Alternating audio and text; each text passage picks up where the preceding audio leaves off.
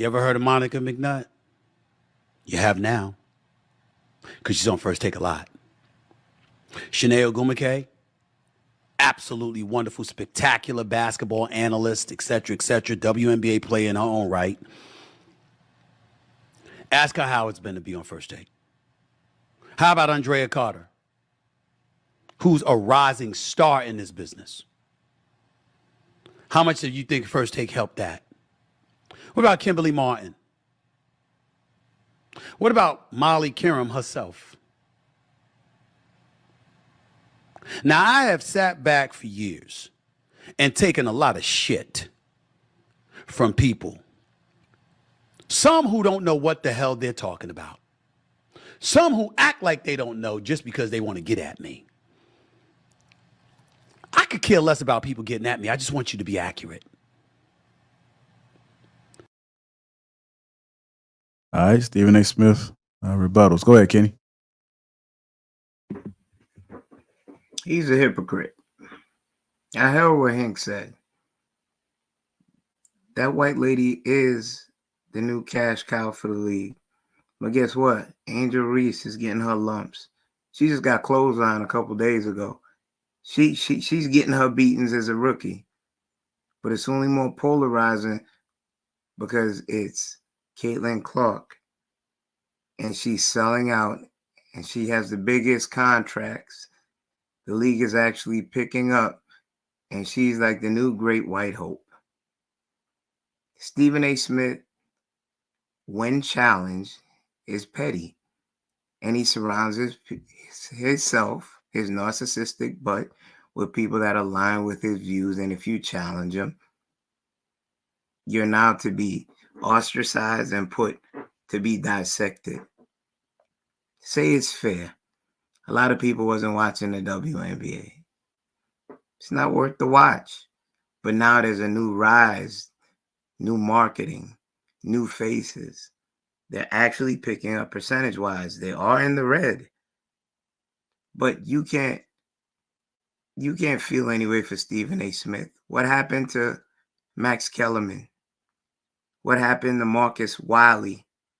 People that challenged, that were at par or more intelligent than him, that challenged him. Got him out the way. You understand? Now, McNutt, now he's going on another show and trying to castrate her for her views. He could have easily challenged it right then. I may have, and he should have stood on his square. Just like Hank said. Well, I didn't see the value of promoting them. He's a man of many words, right? He could have had the rebuttal right there and put it to bed. He didn't have to wait for another show. If you ask me, that's cowardice. Have the conversation right there and put it to bed. You go on a whole show, and it wasn't just a little 5 minutes. He dedicated a good amount of time dissecting her as a person. I watched it. I thought that was corny. Hank, you do have a point. But right now, a dynamic change is going in the WNBA. Aaliyah Boston. I know her because she's from the Virgin Islands. Two people. My mom know her mom. She got a sneaker contract, the Virgin Islands sneaker from Adidas.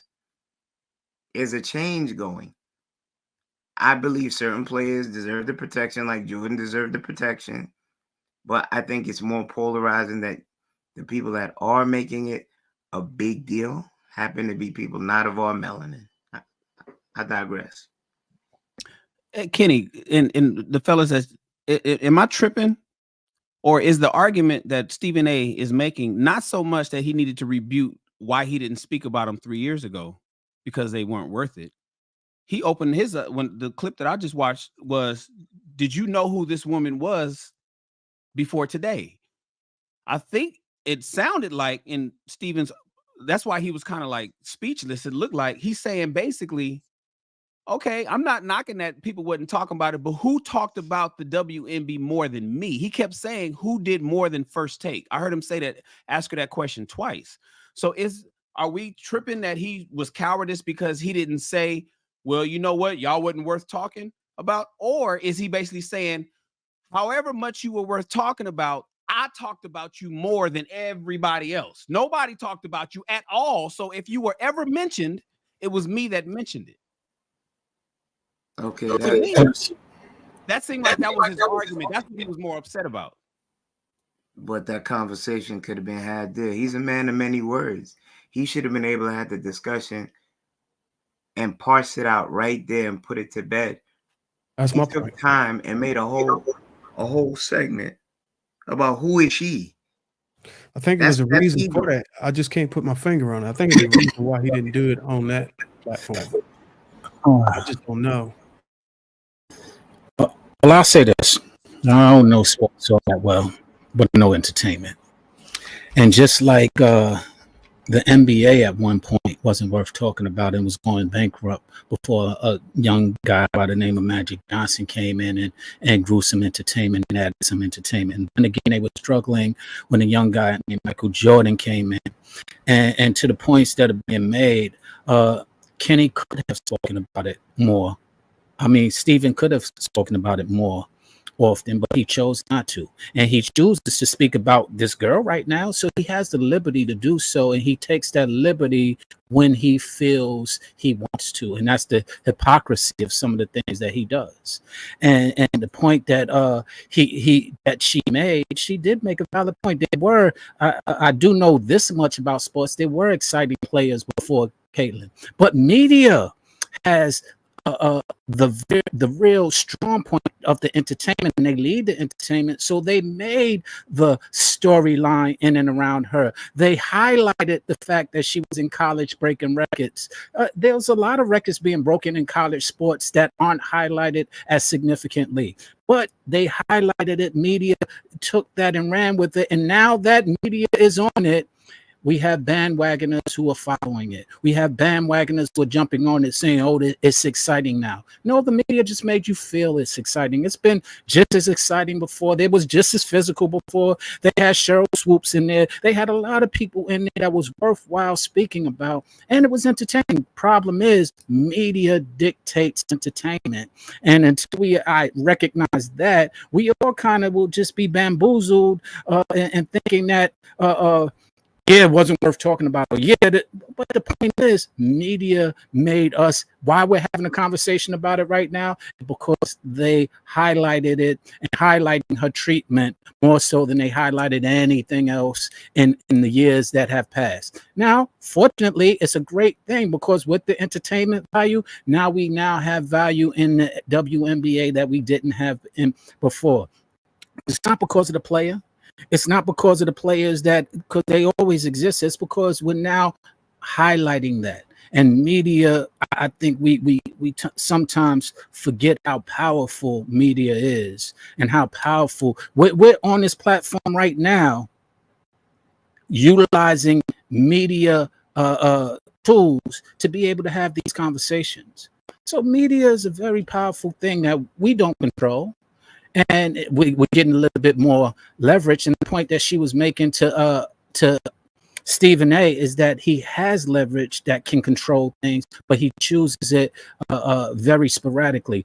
He's the same person who now just publicly apologized to Kyrie for something he did years ago, simply because Kenny Smith had to bring it and check him and bring it to his attention.